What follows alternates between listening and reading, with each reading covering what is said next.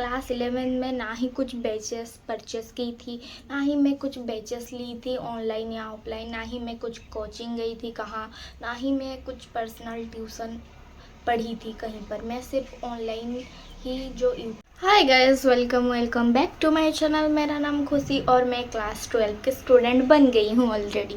और आज इतने दिनों से मैं वीडियो नहीं डाल रही थी क्योंकि मैं थोड़ा घूमने गई थी, इसीलिए मैंने वीडियो नहीं डाल पाई। लेकिन आज मैं लेके आई हूँ बहुत ज़्यादा इम्पोर्टेंट वीडियो, जो अभी 10 क्लास ख़त्म होने के बाद जो अभी क्लास 11 में कॉमर्स लेने वाली है, तो मैं आप सभी के लिए ये वीडियो बना रही हूँ। अगर आप कॉमर्स आगे लेने वाले हैं तो इसीलिए मैंने ये वीडियो बनाई हूँ। और इसमें मैं बताऊँगी आपको सारे के सारे chapter wise, subject wise road map आपको देने वाली हूँ मैं इस वीडियो में। और इसमें मैं बताऊँगी मैं कौन से बैच से पढ़ाई की थी, कहाँ पढ़ाई की थी, कौन से बुक को फॉलो की थी, सारे डिटेल्स मैं इस वीडियो में आपको बताने वाली हूँ। और आपको क्या गलती वो नहीं करनी है जो मैं गलती की थी और मेरा क्लास 11 में सिर्फ 84% बनी, तो आपको ये गलती नहीं करनी है। तो अगर मेरी चैनल में नई आए हैं तो आप लोग मेरे वीडियो को लाइक शेयर सब्सक्राइब करके ही जाना। तो लेट्स गो।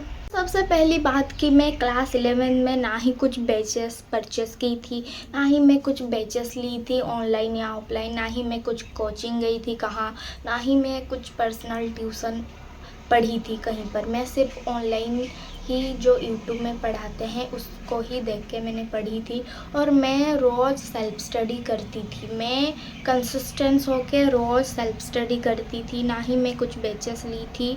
मैं कुछ भी करूं, मैं दिन भर फ़ोन चलाऊं, मोबाइल चलाऊं, टीवी देखूं, कुछ भी करूं, घूमने जाऊं, मोमोज़ खाने जाऊं, XYZ, मैं कुछ भी करूं, लेकिन मैं हर दिन 2 या 3 घंटे हर रोज़ पढ़ती थी। मैं कंसिस्टेंस होके पढ़ती थी। और मेरी क्लास में मैं एक ऐसी स्टूडेंट हूँ जो मैं हर टाइम मेरी कॉपी कंप्लीट रहती थी, हर टाइम मेरी कॉपी वगैरह सब कुछ अपडेट रहती थी।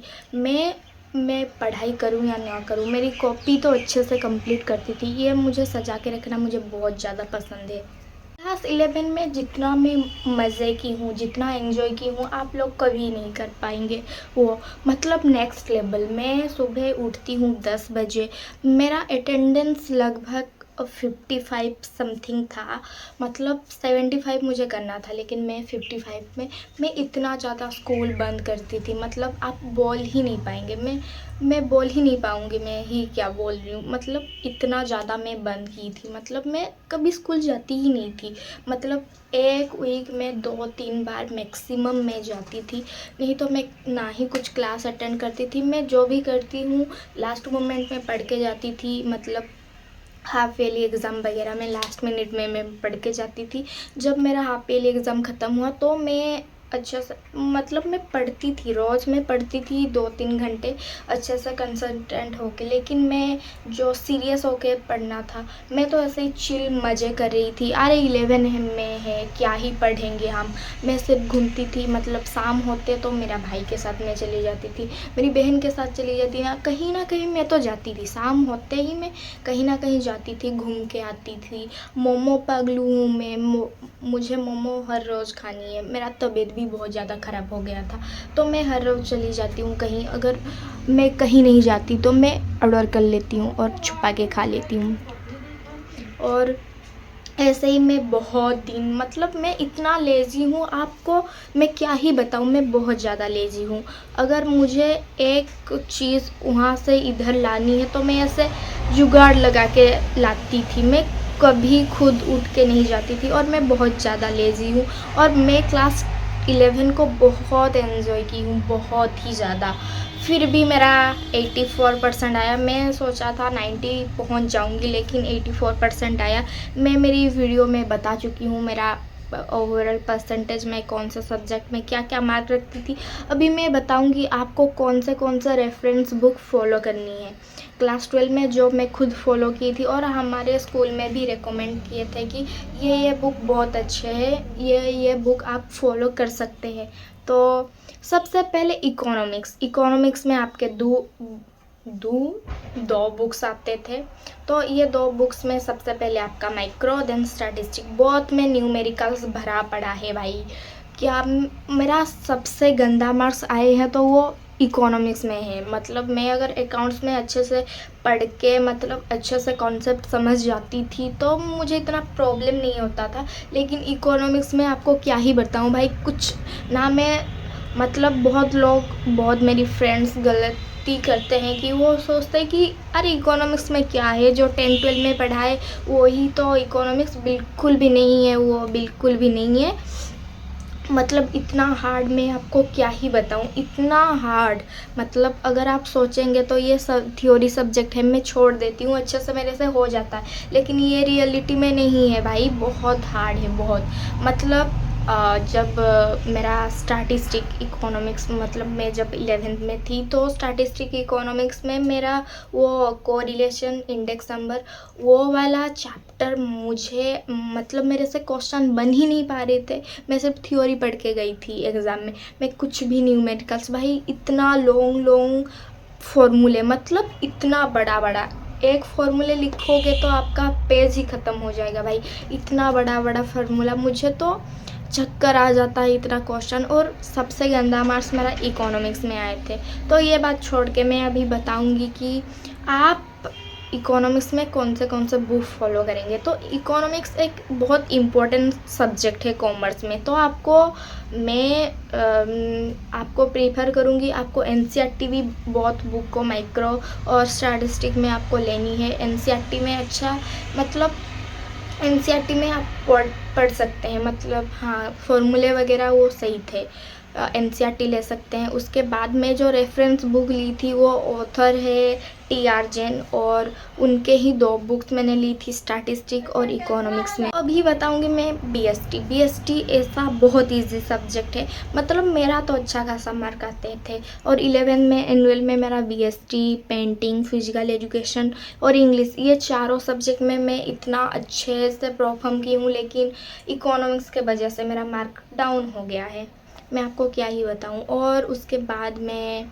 मतलब अभी 12th में ये गलती मैं नहीं करने वाली हूँ। अगर आप भी इकोनॉमिक्स को हल्के में ले रहे हैं तो बिल्कुल भी मत लेना, नहीं तो बुरी तरह फंसोगे। तो उसके लिए आपको पहले दिन से ही इकोनॉमिक्स और अकाउंट्स का अच्छे से पकड़ मजबूत करनी है। और मैं बिज़नेस स्टडी में पूनम गांधी की ऑथर बुक्स वो फॉलो करती थी, और वो बहुत अच्छे, मतलब डिटेलिंग में है, रोड मैप है, सारे के सारे फॉर्मूले वगैरह, फॉर्मूले तो नहीं है, जो भी इम्पोर्टेंट वो अच्छे से मतलब टेबल वगैरह वो बना के एक्सप्लेन किए हैं। मतलब मैं वो फॉलो करती थी और मेरे लिए वो बेस्ट बुक था।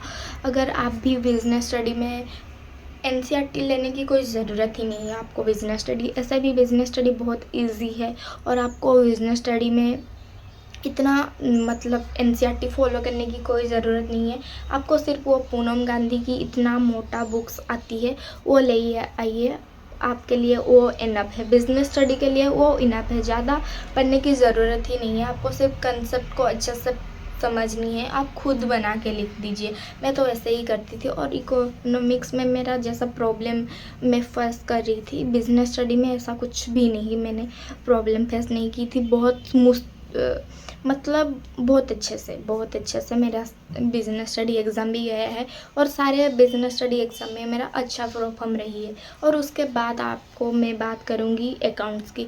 अकाउंट्स में एनसीईआरटी कोई ख़रीदने की कोई ज़रूरत नहीं है, आपको सिर्फ टी.आर.एस. ग्रेवाल समथिंग, ये एक ऑथर, मैं भूल गई, आप देख रहे हो मैं किससे पढ़ाई की। तो हाँ, अभी मुझे पता चला, मैं अकाउंट्स में टी.आर.एस. ग्रेवाल फॉलो कर रही थी, वो ऑथर की बुक्स। उसमें काफ़ी अच्छे से इलस्ट्रेशन वगैरह सब कुछ डिटेलिंग्स में है, बहुत काफ़ी अच्छे है वो बुक्स, वो मैं फ़ॉलो कर रही थी। और मेरी स्कूल टीचर भी वही रेकमेंड किए थे कि ये बहुत अच्छा है, हमारे स्कूल में वही फॉलो करते थे, और मुझे काफ़ी पसंद आए।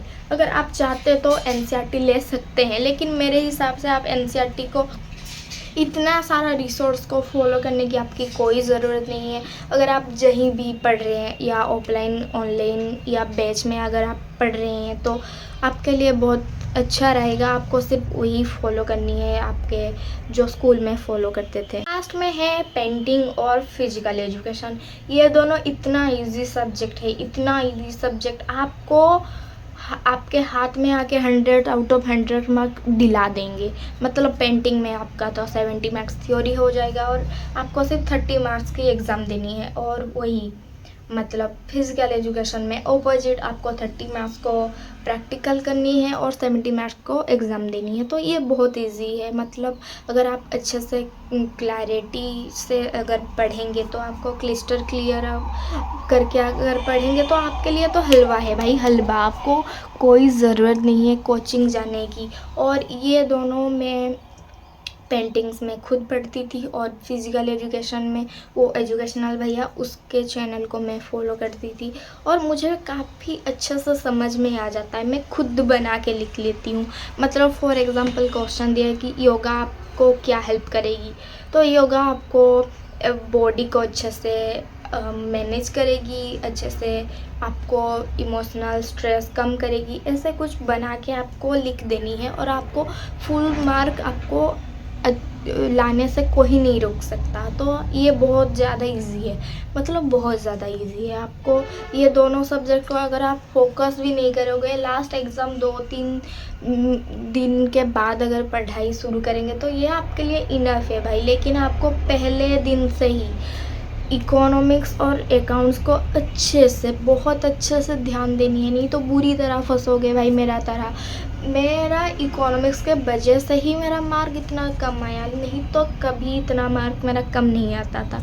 इकोनॉमिक्स के वजह से मतलब इतना गुस्सा। क्लास 11 में इकोनॉमिक्स में ये हालत, तो 12th में क्या होगा मैं सोच के पढ़ रही हूँ भाई, क्या होगा मेरे से। और भाई आपको ये सब गलती नहीं करनी है।